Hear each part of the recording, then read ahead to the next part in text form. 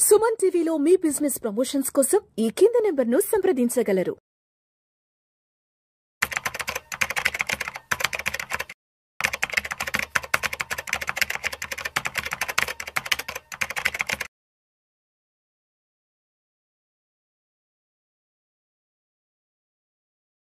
నమస్తే గిరిబాబు గారు. నమస్తే అండి. సార్, క్లయింట్స్ విషయంలో చూస్తే నా దగ్గరకు వచ్చే వాళ్ళందరూ, అఫ్ కోర్స్ నాకు తెలిసి ప్రతి ఒక్క ఎంఎఫ్డి దగ్గరికి వెళ్ళే వాళ్ళందరూ ఏజ్ గ్రూప్ కూడా యావరేజ్గా 40 అబౌనే ఉంటుంది. అంతే, ముందు రారు. దానికంటే ముందు సహజంగా రావట్లేదు. సో నేను చాలాసార్లు ఇంటర్వ్యూస్లో మాట్లాడినప్పుడు కూడా 40కి వస్తే కానీ ఎవరికి ఏం అర్థం కావట్లేదు అనే విషయం గురించి మెన్షన్ చేశాను. అండ్ అదేవిధంగా వచ్చిన ప్రతి క్లయింట్ని 40 ఏళ్ళ తర్వాత వచ్చే ఆల్మోస్ట్ 90% క్లయింట్స్ 40 అబౌనే ఉంటారు. వచ్చే ప్రతి క్లయింట్ని ఒక ప్రశ్న అడుగుతాను. సార్, మీరు 40 తర్వాత వస్తున్నారు, ఇన్ని రోజులు మీరు ఏ ఒక్క డిస్ట్రిబ్యూటర్ కానీ అడ్వైజర్ దగ్గర కానీ ఎందుకు వెళ్ళలేదు అని.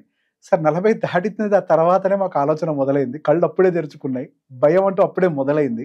ఇప్పటిదాకా మేము వెనక్కి తిరిగి చూసుకుంటే భవిష్యత్తు కోసం ఏం చేయలేదనే విషయం అర్థమైంది. మా పిల్లవాళ్ళు ఆల్రెడీ పెద్ద వయసుకు వచ్చేసారు, ఇంటర్మీడియట్ దగ్గరలోకి వస్తున్నారు. అండ్ వాళ్ళ గ్రాడ్యుయేషన్కి డబ్బులు ఎట్లా, వాళ్ళ పెళ్ళిళ్ళకి డబ్బులు ఎట్లా. అండ్ ఇంతకు ముందరంటే కొద్ది గొప్ప ఏదో వ్యవసాయం నుంచి డబ్బులు వచ్చాయి కాబట్టి మా పేరెంట్స్ బతికారు. ఇప్పుడు ఆ పరిస్థితులు కూడా లేవు. ఇదంతా కూడా ఇప్పుడు ఎంప్లాయీస్ బేస్డ్ సొసైటీగా మారిపోయింది. మాకు వచ్చేటువంటి ఆ పీపీఎఫ్ డబ్బులు ఏమి సరిపోతాయన్న విషయం కూడా మాకు క్లారిటీ వచ్చేసింది.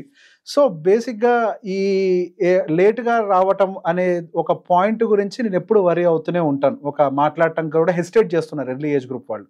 సో ఈ ఎర్లీ ఏజ్ గ్రూప్ వాళ్ళకి మీరు ఎటువంటి సలహాని ఇవ్వాలనుకుంటున్నారు? నేను ఆల్రెడీ చాలాసార్లు చెప్పాను చాలా వీడియోస్లో, మన లైఫ్ని 25-25-25 3 పార్ట్స్గా డివైడ్ చేసుకోవాలి. ఆ 25-25-25లో ఫస్ట్ 25 పేరెంట్స్ సపోర్ట్ తోటి ఎడ్యుకేషన్ కెరియర్ కంప్లీట్ అయిపోతుంది. అది అయిపోయిన తర్వాత 25 అయిపోయాక రఫ్లీ అరౌండ్ 26-27లో జాబ్ వచ్చింది, జాబ్లో సెటిల్ అయ్యారు అనుకుంటే 30 కల్లా మ్యారేజ్ అయిపోద్ది. ఇక 30 నుంచి 50 20 years is very very crucial. ఒక 25కే జాబ్ వస్తే లక్కీ ఎనఫ్. ఆ 25 నుంచి 30 వరకు ఆ 5 ఇయర్స్లో కొత్తగా డబ్బులు సంపాదించడం మొదలుపెట్టి ఎంజాయ్ చేయడము, కొత్త గ్యాడ్జెట్స్ బైక్స్ కొనుక్కొని కొత్తగా మ్యారేజ్ అయ్యి అదొక హనీమూన్ పీరియడ్ అయిపోద్ది. 30 వరకు నెమ్మదిగా ఒకరు పుడతారు 30లో. ఇక పుట్టగానే నెమ్మది అదొక 2-3 ఇయర్స్ గడిచిపోద్ది. ఇక అప్పుడు మెల్లగా నువ్వు అన్నట్టు అసలు ఆలోచన మొదలవుతుంది. మొదలై ఆ 30-34 మొదలైన ఆలోచన కళ్ళు తెరిచి బయటకు వచ్చి మాట్లాడేసరికి 40 ఇయర్స్ అయిపోద్ది. బట్ అలా 40 ఇయర్స్ తర్వాత చేస్తే వాళ్ళు కోల్పోయిన డబ్బులు కాదు, టైం. ఎగ్జాక్ట్లీ. ఇక్కడ మీ దగ్గర డబ్బులు ఎంత ఉన్నాయో మీకు తెలుసు, కానీ ఎంత టైం ఉందో ఎవరికి తెలియదు. సో ఇక్కడ more value is in time, not the money.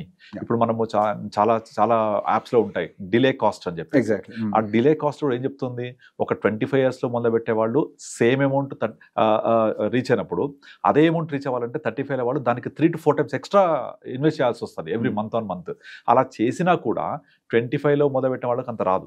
Compounding factor మీరు అది ఎక్కడైనా చూడండి. ఇప్పుడు వారన్ బఫెట్ వెల్త్లో మెజారిటీ ఆఫ్ వెల్త్ క్రియేట్ అయినంత లాస్ట్ 10 yearsలోనే. ఆయన ఆల్రెడీ 97 చేంజ్కి వచ్చేసాడు ఏజ్. 85 వరకు ఉన్న wealth more than 2 to 3 times last 10 years వచ్చింది. ఇది పవర్ ఆఫ్ కాంపౌండింగ్లో జరిగే అతిపెద్ద మిరాకిల్ ఇది. దీన్ని అర్థం చేసుకోవాలి అంటే టైం ఇవ్వాలి మనం. సో అందుకే నేను ఏం చెప్తానంటే 25-25-25లో ఫస్ట్ 25 అయిపోయింది, పిల్లలకు supported by parents. Second 25 you have to support your family and you have to support your self. ఈ 25 to 50 ఏజ్లో మీరు ఎంతైతే డబ్బు సంపాదిస్తారో అందులో ఒక 15%, 80-85% ఫర్ ద డే, ఒక 15-20% ఫర్ టుమారో సేవ్ చేసుకుంటూ వెళ్తే మీకు థర్డ్ 50 వస్తుంది, 50 to 75. ఇప్పుడు ఈ కొత్త నయా జమానాలో ఏమైపోయింది, మన పేరెంట్స్ వచ్చేప్పటికి 60-65 దాకా వర్క్ చేసేవాళ్ళు. అంటే వాళ్ళకు వర్కింగ్ పీరియడ్ ఏమో 60-65 వరకు కూడా ఉంది. రిటైర్మెంట్ లైఫ్ దాని తర్వాత మహా అయితే ఒక 5-10 సంవత్సరాలు, 75 లైఫ్ స్పాన్ అనుకుంటే. కానీ ఇప్పుడు లైఫ్ స్పాన్ చాలా పెరిగింది. ఈవెన్ ఇప్పుడు జెన్జీ తర్వాత నెక్స్ట్ వచ్చిన కొత్త జనరేషన్స్లో ఈ 2020 తర్వాత పుట్టిన వాళ్ళల్లో people are saying that the improved medical conditions, improved health conditions, improved food హ్యాబిట్స్లో they can live up to 80-85. కానీ అదేమో లైఫ్ స్పాన్ పెరిగింది, వర్కింగ్ పీరియడ్ ఏమో తగ్గిపోయింది. 50-55 ఈజ్ మ్యాక్సిమం. మీరు ఎప్పుడు రిటైర్ అవుతారంటే ఇప్పుడు జనరేషన్ 40-45 చెప్తున్నారు. కానీ 45 తర్వాత ఏం చేస్తారంటే ప్లానింగ్ ఉండదు వరకు, అది వేరే విషయం. ప్లానింగ్ ఏముండదు, కానీ నేను 45 రిటైర్ అవ్వాలంటారు.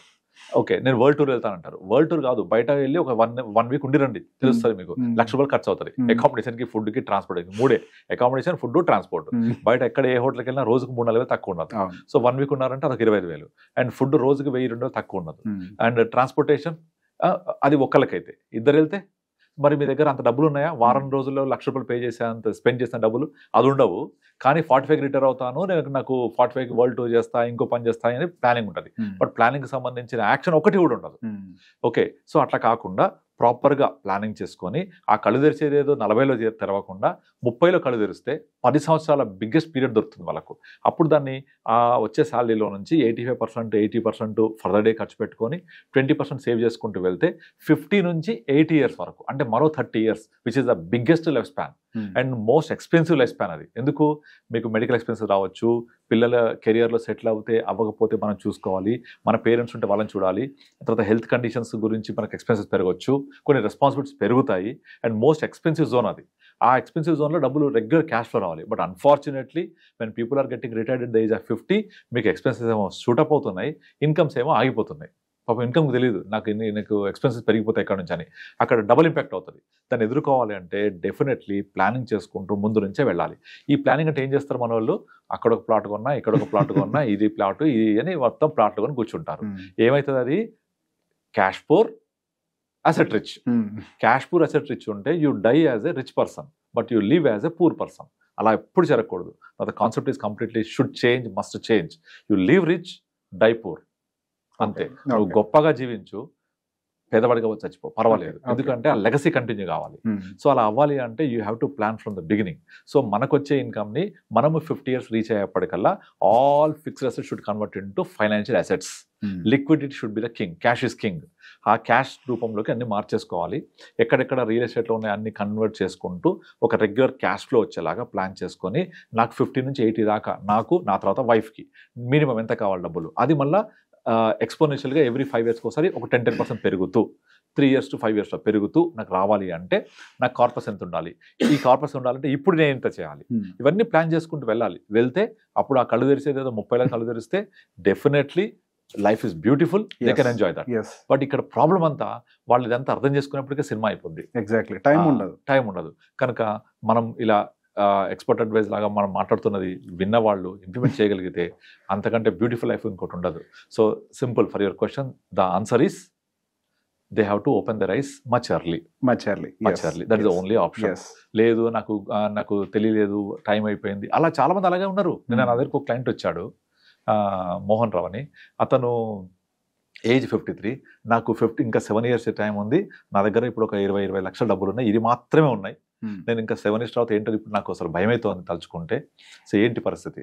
సో మా ఫాదరు, మా వైఫ్ అందరు కూడా పోస్ట్ ఆఫీస్లో పెట్టు, ఒక ప్లాట్ కొను, ఒక ఇది కొను అంటే 20 లక్షలతో ఏమీ రాదు, ప్లాట్ రాదు, ఫ్లాట్ రాదు, ఎంత వస్తుంది? మళ్ళీ నేను ఇది ఫిక్స్డ్ పెట్టేసుకుంటా. ఇది కాదు, నేను 3 నెలల నుంచి చూస్తున్నానండి, అన్ని కూడా మీ వీడియోస్ అని చూసి నాకు డిసైడెడ్, నాకు ఈ మనీ వెల్త్ క్రియేట్ అవ్వాలి, కానీ తగ్గకూడదు, అసలు పడిపోకూడదు, రావాలి అంటే కుదరదు అట్లా. సో మీరు ఇక్కడ మిస్ అయింది టైం కనుక దీన్ని జాగ్రత్తగా మనం ప్లాన్ చేయాలని మొత్తం అంతే ప్రాపర్గా ప్లాన్ చేసి 60కి వచ్చేప్పటికి కనీసం ఒక బెటర్గా వచ్చేలాగా. అప్పుడు తను నేను చెప్పింది ఏంటంటే, ఇంతకాలం ఎంజాయ్ చేసావు కదా, ఇప్పుడైనా స్క్వీజ్ అవ్వు, ఎక్స్పెన్సెస్ తగ్గించుకుంటావా, ఇన్కమ్ పెంచుకుంటావా, నీ చేతిలో ఉంది. నువ్వు ఇప్పుడు ఈ డబ్బులతో పాటుగా నువ్వు కొంత ఎస్ఐపి లాగా యాడ్ చేసి తప్ప రాదు. You have to. అంతే. లాస్ట్ 20 ఇయర్స్ అంతా ఎంజాయ్ చేశావు కదా, ఇప్పుడు దానికి సంబంధించిన నువ్వు పెనాల్టీ పే చేయాలి, అంతే. దట్స్ ఆల్, ఇంకా ఆప్షన్ లేదు. అలా స్క్వీజ్ అయ్యి రావాల్సిందే. ఇంకో క్లయింట్ ఎగ్జాంపుల్ చెప్తాను. అతనికి ఎప్పుడో 20 ఇయర్స్ బ్యాక్ ఒక ప్లాట్ కొన్నాడు మియాపూర్లో. అది ఈ రోజు ప్లాట్ వాల్యూ 2 కోట్లు ఉంటుంది. అండ్ ఉండేది సొంత ఇల్లు. ఆ సొంత ఇల్లు మామూలుగా ఉంటుంది అది, కానీ సొసైటీలో మీకు ఉండడానికి సొంత ఇల్లు ఉంది, అక్కడ ఒక ప్లాట్ ఉంది, అసలు మీరేంటి కోటీశ్వరునికి ఫీల్ అయిపోతుంటారు. కానీ ఆయనకు వచ్చే నెల జీతం 20,000 రూపాయలు. ఒక నార్మల్ టీచర్ ఆయన, అంటే ఇప్పుడు 55 పైన వచ్చాడు, యాక్చువల్గా ప్రైవేట్ టీచరు. ఇప్పుడు ఆయనకు 20-25 నుంచి ఎవరు ఇవ్వట్లేదు ఎక్కడ కూడా, ఏ స్కూల్లో కూడా. 20,000 రూపాయలతోటి ఆయన తట్టుకోలేకపోతున్నాడు సరిపోక. ఒక పాప ఎడ్యుకేషన్ ఇంజనీరింగ్ చేస్తోంది, ఒక బాబు ఇంజనీరింగ్ అయిపోయింది, ఇప్పుడు జాబ్ లేదు, 20,000 నెట్కి రావాలి. ఆ ల్యాండ్ అమ్ముదామంటే కొనేవాళ్ళు లేరు 2 కోట్లకు, అంత పెద్ద బిట్టు ఎవరు కొనట్లేదు, ఆ బయ్యర్ రావట్లేదు. అండ్ ఉన్న ఇల్లు ఇంటి ముందు రోడ్ వేసి గత 20 సంవత్సరాలు కిందికి వెళ్ళిపోయింది. వాళ్ళకి అది దానికి ఒక ఇదిగా లేదు. కానీ వాళ్ళ బంధువర్గాలు అంత మాత్రం మీకేంది సొంత ఇల్లు ప్లాట్ అంటే ఫటిపురాని కమీజ్ అని ఒక సామెత ఉంటుంది హిందీలో. అంటే లోపలంతా చినిగిపోయి ఉంటుంది, పైన సల్వార్ కమీజ్ వేసుకుంటారు. ఆ టైప్లో నెల తిరగగానే 10 రోజులకి అయిపోతే 25,000. బట్ నేను ప్లాట్ అమ్మమన్నాను, ఇప్పుడు అమ్మే పరిస్థితి లేదు, ఎవరు కొనే పరిస్థితి లేదు. సో ఆ ప్లాట్ అమ్మితే 2 కోట్లు వస్తే ఇప్పుడు అమ్మాయి పెళ్లి చేయాలి, అబ్బాయికి జాబ్ రాకపోతే అబ్రాడ్ వెళ్ళడానికి ప్రయత్నం చేస్తున్నాడు, డబ్బులు లేవు. సో ఇట్లా ఇరుక్కుపోయే బదులు ముందు నుంచే ప్లాన్ చేసుకుంటూ రావాలి. 2 కోట్ల లిక్విడిటీ కూడా దొరకదు, అది problem. He's facing literally this real story అని చెప్పేది. సో అలా కాకుండా ముందు నుంచి ప్లాన్ చేసుకుంటూ రావాలి. కనుక 40 ఏళ్లలో తెరిచే కళ్ళు 30 ఏళ్లలో కనుక ఆలోచిస్తే definitely life is beautiful. We can plan accordingly. So దీనికి answer only you have to plan, అంతే. సో మనము ఏదైతే ప్లాన్ చెయ్యలేకపోతే that is actually planning for failure. Exactly. So నువ్వు ప్లాన్ చేయట్లేదు అంటే నువ్వు ఫెయిల్యూర్ కి ప్లానింగ్ అవుతున్నట్టే. That's true. అంతే. సో ప్లాన్ చేయాలి, ప్రాపర్ గా చేసుకోవాలి. దీనికి better consult advisor, consult financial planner. So they will guide you in a better way. So నువ్వు మంచి గోల్స్ అచీవ్ అవ్వచ్చు. మనకు తెలియకపోతే డాక్టర్ని కన్సల్ట్ అవ్వాలి, తప్పదు. అన్ని మనమే చేసుకోలేము. ప్రైవేట్ వైద్యాలు అన్ని చోట్ల పనిచేయవు కదా. ఇప్పుడు డాక్టర్ దగ్గరికి వెళ్తే కూడా వాళ్ళు బోర్డు పెడుతున్నారు బయట, please come in to my cabin by leaving your Google information. Google search. అక్కడ వచ్చేది సమాచారమే, అడ్వైస్ కాదు. కానీ ఆ సమాచారం అడ్వైస్ అనుకుంటారు. ఇంకొక ఎగ్జాంపుల్ చెప్తాను. నిన్న ఒక అమ్మాయి నాకు నామినీ గురించి, వాళ్ళ నామినీ ఎవరో డాటర్ 6 years డాటర్ పెడితే, అలా కాదమ్మా మీరు మేజర్ని పెడితే బెటరు, మళ్ళీ అపాయింటివ్ పెడితే పెట్టాల్సి వస్తుంది, better you nominate your husband అది అంటే, వెంటనే ఆమె నాకు ఒక గూగుల్ సెర్చ్ కొట్టి నాకు స్క్రీన్ షాట్ పెట్టింది. అది పైన ఏఐ సెర్చ్ అని రాస్తుంది, కింద you can nominate your friend, you can nominate any trustworthy, you can nominate central government, you can nominate state government, you can nominate local authorities, you can nominate your blood relations. ఇవన్నీ ఇచ్చారు nomination. ఇచ్చారు కదా, మా బేబీని పెడితే ఏంటి తప్పంటది. అసలు అక్కడ ఏ సెర్చ్ ఇచ్చింది ఇండియన్ పర్స్పెక్టివ్ కాదు, అది అబ్రాడ్ పర్స్పెక్టివ్. మన ఇండియాలో ట్రస్ట్ వర్తీ పర్సన్ నామినేట్ చేయొచ్చు అసలు లేదు. Who is trust worthy person అసలు ఆ టర్మే లేదు. And you can nominate your friend, which is not possible. You can nominate state government, central government, that's a different story. Trust ni పెట్టొచ్చు nominee కింద, దానికి ఏదో బిల్లు రాసి వదిలేయడం. కానీ ట్రస్ట్ వర్తీ పర్సన్ ఫ్రెండ్ పెట్టొచ్చు కదా, ఇది ఉంది కదా.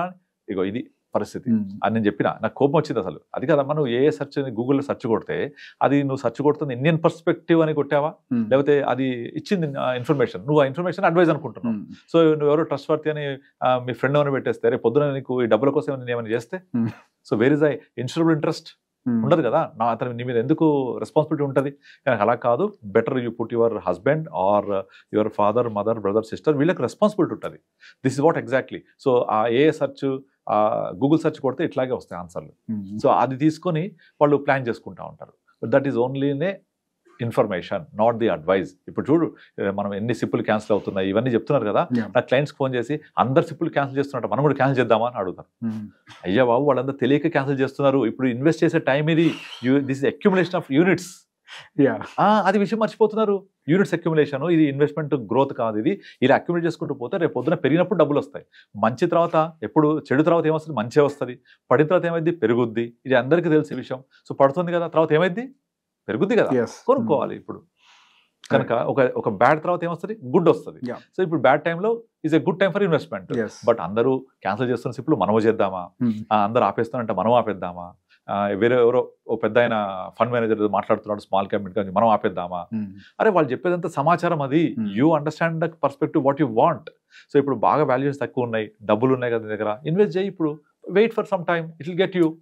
మార్కెట్ పెరగకపోదు, మనుషులు మార్కెట్లు ఎప్పుడు పైకే పోతాయి కదా, కానీ పడుతూ లేస్తూ పోతాయి. సో రిస్క్, వొలటాలిటీ, దీన్ని అర్థం చేసుకోవడం కూడా చాలా మంది మిస్టేక్ అవుతారు. రిస్క్ వేరు, వొలటాలిటీ వేరు.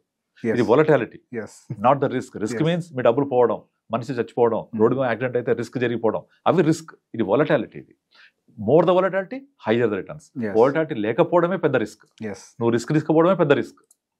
సో మనం అర్థం చేసుకోవడం ఉంటుంది అన్ని కూడా. Right sir, thank you so much. Thank you అండి.